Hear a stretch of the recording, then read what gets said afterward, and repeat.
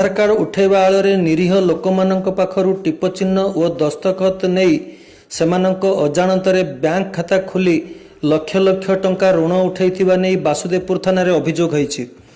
Police अभियोग पाइबा परे एक मामला रुजु करी एही ठकेईरे संपृक्त थिबा जणे युवक को गिरफ करिछि।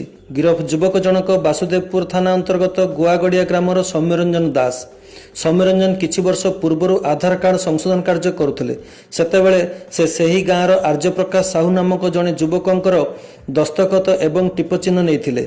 सेही टिप चिन्ह एवं दस्तखत को दुर्व्यवहार करी आईसीआईसीआई कोटक महिंद्रा बैंक रे 4.5 लाख टंकार ऋण उठाइथिबा आर्य बासुदेवपुर थाना रे अभियोग करिसंती। पुलिस अभियोग मूले सौम्यरंजन ठारू laptop printer ATM card swipe machine एथि सहित विभिन्न लोकंक आधार कार्ड बैंक पासबुक को जबत करिथिबा बेले ताकू गिरफ करिछि।